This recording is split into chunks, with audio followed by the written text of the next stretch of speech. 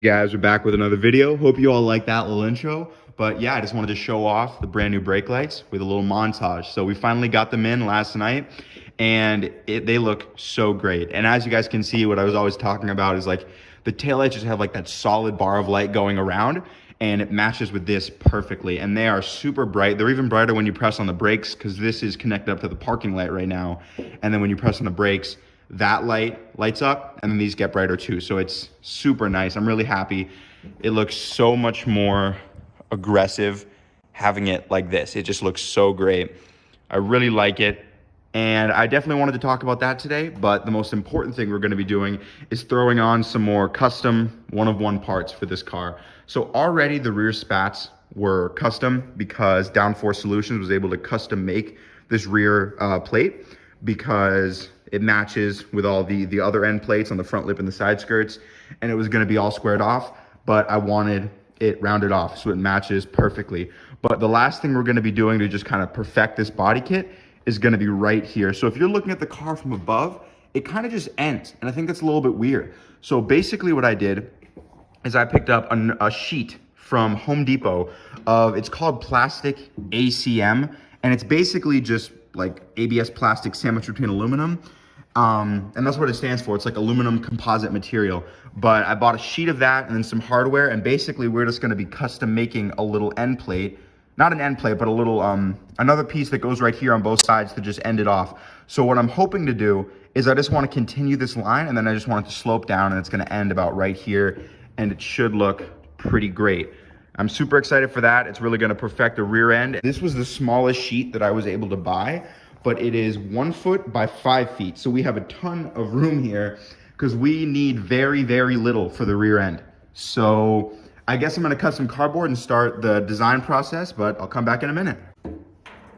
All right, so I have my Sharpie right here and let's start mocking up where we want it to go. I'm basically just thinking something like this, and I tried to go a little bit shorter in just because I do have to account for this edge guard because it is pretty thick material. But it's basically just gonna go right there and the line's gonna come, and I want it to meet up with this body line right here. I decided I didn't want it to go like in, because since this comes off a lot, like if it ever needs to be rewrapped or anything, this comes off a lot. I didn't want it to interfere with anything back here. So this will be perfect. I can just do 2 bolts right up in there, but this should be super solid. So I guess I'll cut out this template and I'll copy it onto the other side. All right, everyone, so here's what we're working with. I have the 2 templates cut out. If anyone uses this material and they wanna do what I'm doing, I just wanna give a little disclaimer. I was going to use an angle grinder originally with a cutting blade on it, because in the past, like for the exhaust and stuff, it cut through just like butter.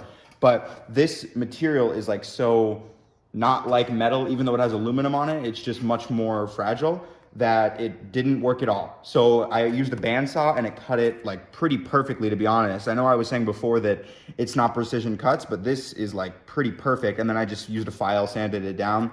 So the next step is going to be using this edge trim guard. And after looking at it, it's a bit thinner than I had expected. I thought it was 6 millimeters because that's what I'm pretty sure I bought. But this was because this is for 6 millimeter sheets, this edge guard is. So it's gonna be pretty loose on there.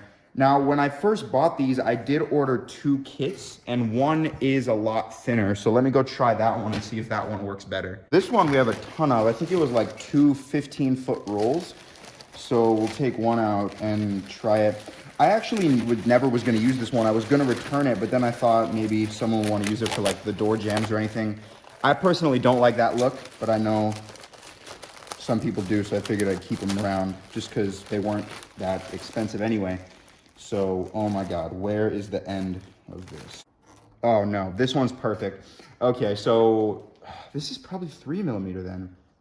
I don't want to measure it. I don't care enough. As long as we have the right stuff that works, it should be fine, but I'm pretty sure it is 3 millimeter. I will compare them in a minute because my front lip and side skirts are made out of 3 millimeter and the rear spats are made out of 6 millimeter. So we should be able to see in a minute what the actual difference is. So this piece is gonna line up with the existing spat, and this piece is gonna line up with the rest of the bumper, which means we just need to cover this corner in material. So you basically, I like to leave just a little bit extra. So, because in between each one of these little rivets is like a little U-shaped piece of metal. So at the end, you have to cut that off at just the right spot. So I like to leave a little bit extra. Okay, wow, this stuff is working perfectly. The only thing that's gonna kind of suck is the edge guard that came on my front lip is a black shiny like this one, and so is it on my side skirts, but the rear spats didn't come with this material and I had to buy it and it came kind of matte. So now it's gonna be gloss, gloss, matte, gloss, which I don't know, it might look okay because it's right there in the middle, like symmetrical, but we'll have to see because that might annoy me. Okay, we'll cut this, we'll do the same on both sides and then start drilling. So we have the edge guard on both pieces right over here. And the next thing we're gonna be doing is the lotion method. If you guys saw the installation of the side skirts, you'll know what this is, but you can use anything. You can use toothpaste, you can use sriracha, you can use whatever you want. But basically the idea is you just put a dot of something right where you wanna drill. That way when you press this up and you bring it back down, the holes, it's marked right where you need to drill. So we can do it there, and then we come back through with a marker to drill here because we're not doing self-tappers here. We're gonna be doing nuts and bolts. We're gonna do 2 here and 2 on the other side. So that should be pretty perfect. The self-tappers worked really great on the side skirts. I have no complaints with it. They worked super well. But if you have an area that you can reach behind to get nuts and bolts on, I would recommend that because it's just always a more permanent method. But perfect for something like side skirts where you can't reach around the other side. But yeah, let's mark the holes and then get to it. So there's been a little bit of a change in plans. After getting down here, I realized there's this hole right here, which like a few other times I'm doing this body kit, we've realized there's existing holes that we can use. And this is the perfect size for the bolt that we have. Fits right in there, a little loose, but not a big deal. And then the next one we're gonna do is gonna be right here, because this is just one piece thick. Over here is this black piece that comes down from the whole rear valence and the white piece on top. So this would be a little bit harder to drill through. So this is where we're gonna go with right here. So instead of drilling into the actual arrow piece first, we're gonna drill right there into the body and then mark the holes with a marker. So even though I put lotion on there at first, we're gonna wipe that off and then we know where to drill now. So this should be pretty perfect. All right, guys, so everything is done and I'm gonna show you what we did and the little problem we ran into if you guys are doing this yourself. So you'll see on this one, there's 2 holes drilled. That's because I was gonna do one here on that existing hole and then I was going to drill one, or I did drill one right here, right there. And the problem with that was, you guys can see there's a bit of a gap. Drilling that hole and tightening it down pushed this up.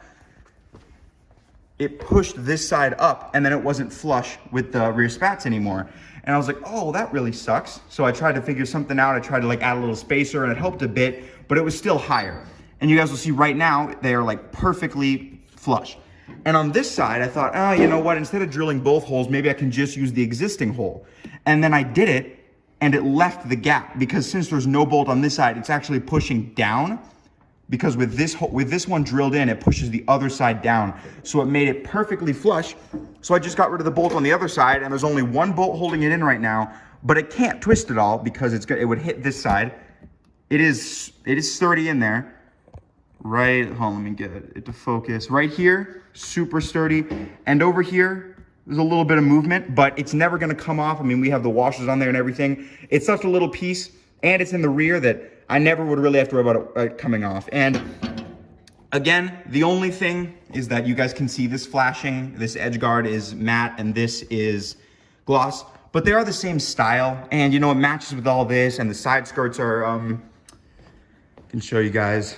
The side skirts are gloss and so is the front lip. So it honestly is not as big of a deal as I thought. It kind of just matches because you go from gloss to matte to gloss, and I have matte and gloss accents, so it kind of just blends in together. But I can't wait to drop this thing down and see how it looks now, all completed, now with the 4th brake light as well.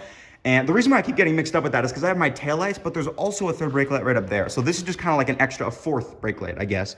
But let's clean up, drop the car down, and see how it looks.